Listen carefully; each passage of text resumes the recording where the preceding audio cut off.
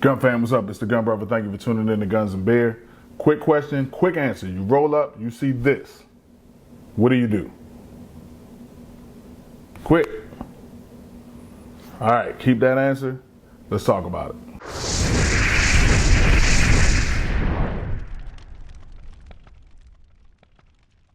All right, so again, thanks for joining Guns and Beer. Today's brew is from Fidens up in New York, and that is going to be Rose Double IPA. Going down. So this event happened about a month ago in Indianapolis, and there's a lot to unpack here. There's a lot to talk about. A lot of people only seeing it from one angle or two angles. So I really want to get into this. If you can, you know, I always say partake, indulge, join me.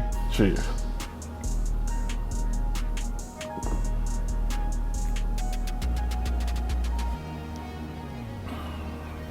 Okay, so you roll up, and that's the first thing you see. Now, first thing we need to visit is Deadly Force even authorized? And your first thing you have to ask yourself is you or someone else in imminent danger of serious bodily harm or death? And if you roll up and you see that, someone else definitely is. So a lot of people might roll up and say if they saw this, their answer would be shoot. And based on what you see, in most cases, the answer would be justified in a lot of cases, let's say it that way. Because someone else is definitely in imminent danger of serious bodily harm. So whether or not that's a good shoot is kind of going to depend on the state. This is where a bunch of people jump in and say, judged by 12 or carried by 6, and yeah, everybody's not about that life. Y'all talk that, but that's not realistic. So if you see this, you don't know this woman that he's pointing the gun at, would you take that shot? And it's an easy shot. He's static at the time. Most average to above average shooters can make that shot. I don't know what stress may do to you, but let's do it. Now, let's watch the video.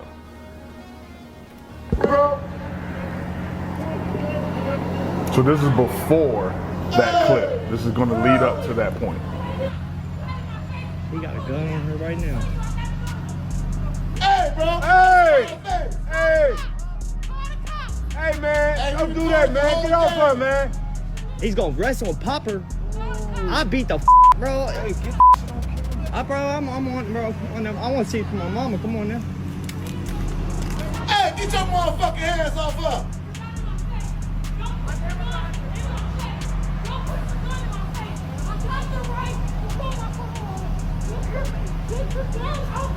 Hey, get that motherfucking pistol off her!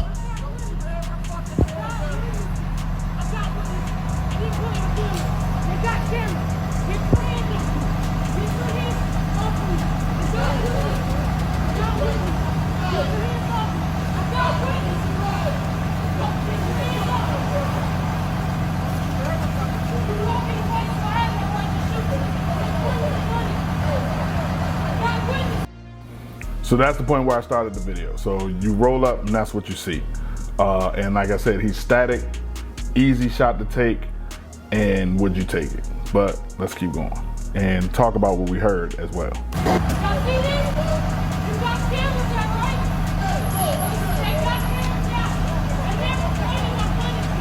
This guy's tripping.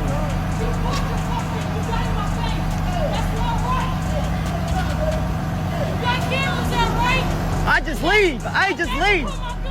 Hey, I got you. They're right. They're on their way, sis. I don't know why you're pointing your gun like you're a cop or something.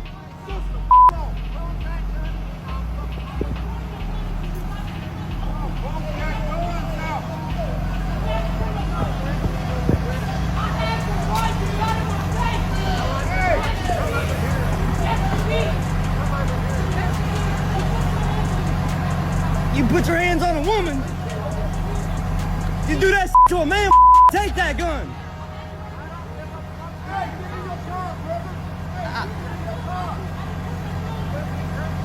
Take that you point that at me.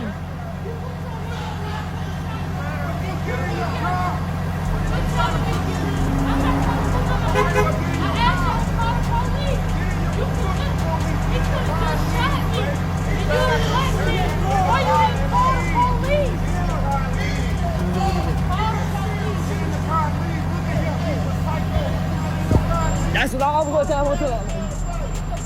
Hey, quit pointing that gun at me, bro. Point it to the ground, bro. Hey, I ain't gonna tell you again, bro. Quit pointing that gun at me. Pointing it at the ground, bro.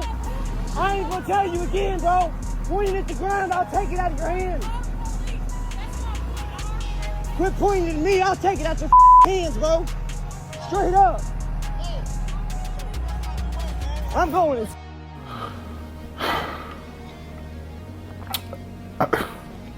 So that's, you watched it.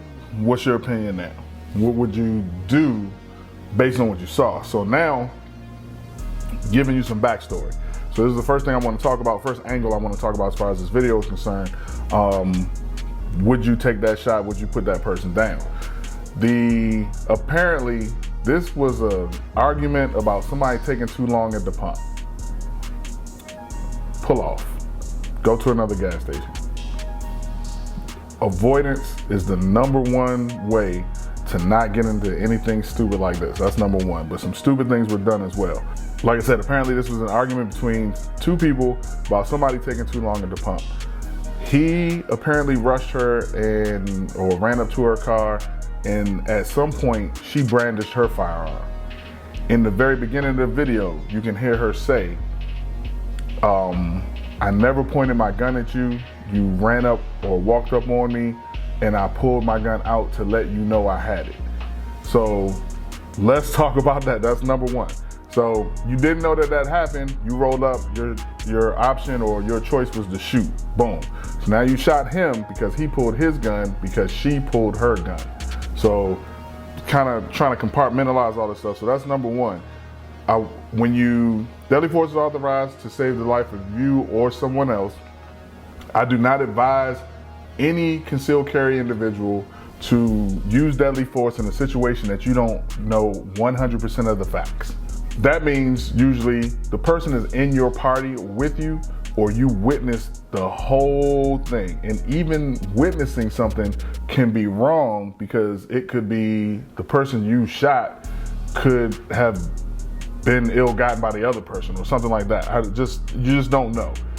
I would not inject myself into a situation that I didn't have 100% knowledge of. So if somebody's in my party and I know that somebody pulled a gun on the person with me or was trying to rob us, and I was using using deadly force to defend that person, I already know what that situation is.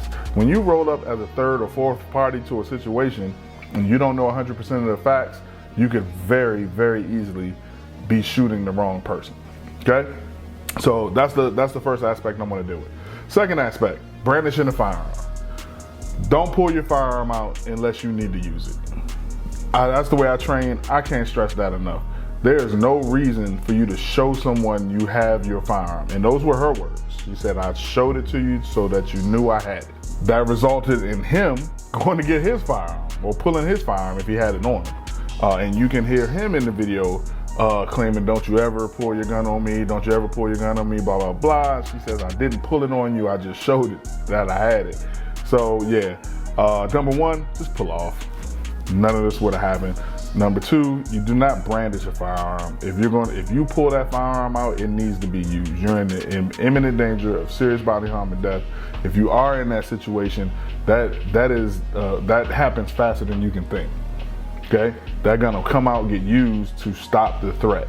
This was not that type of threat, obviously, because she pulled it to show it to deter him when she probably could have pulled off. So I don't, that's not really opinion. That was the wrong thing to do.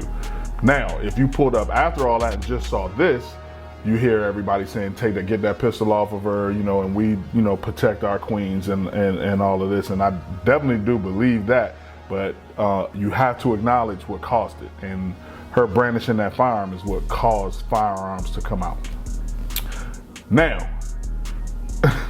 So, and let me know your opinions in the comments as far as, you know, those different stages. But if you did take that shot, and I'm not sure this works for civilians, I know it is a factor in the use of force for law enforcement, and that's the hindsight 2020 rule, or no hindsight 2020 rule, meaning you are only acting on the information that was available to you at the time. And when you rolled up, it looked like she was in imminent danger of serious bodily harm or death, so that's why you took the shot. There was no way for you to know that she pulled her gun first or pulled it out, not necessarily pointed at him. So that hindsight 2020 rule, I'm not sure if that works for civilians. I know that's in place for law enforcement. But you could reasonably believe that she was in imminent danger of serious bodily harm or death by just pulling up and seeing this picture. So it's crazy that she showed it, and then we end up... We got a gun on her right now. So she said, you got in my face and I pulled it out to show you that I had my gun on me. So that angered him, and so he pulled his gun out. But everybody pulled guns out when it was not necessary to use them, and no one ended up using them. That lets you know that guns should never have come out. You have to be thinking of your firearm as the absolute last resort. I always said you have to be the most peaceful person in the vicinity. You are not even thinking about shooting someone, and avoidance is the #1 key to this. Last aspect I want to talk about is filming, because the protect the woman, protect our queen, protect, you know, her from this violence is a lot of people's first thoughts. I saw in some comments where this video is being run, and credit to Smash the Topic is where I got the video from. I couldn't find the original. I didn't look for the original. I just used his. That's everyone's initial thing instead of standing there filming. But if you are unarmed, how do you protect somebody from somebody that's armed? Okay, so that's that opinion of people, I guess, thinking that they should run up and grab this guy or something like that. I don't know what you expect people to do for somebody that they don't even know when it's apparent that a firearm is involved. So that whole sentiment, that's kind of, like I said, let me know what you guys think. I don't think that people should run over there and try to grab him and he has a gun. You're actually putting your life in danger for someone that you don't know, and you know, some people call that a hero, but with certain knowledge, that's not necessarily smart. However, neither is filming and antagonizing the guy either. So while filming can provide evidence, if something has to go to court or something like that, y'all gotta be careful of putting yourselves in danger. And you know, everybody wants to get the next highlight reel for TikTok, YouTube, Facebook, whatever.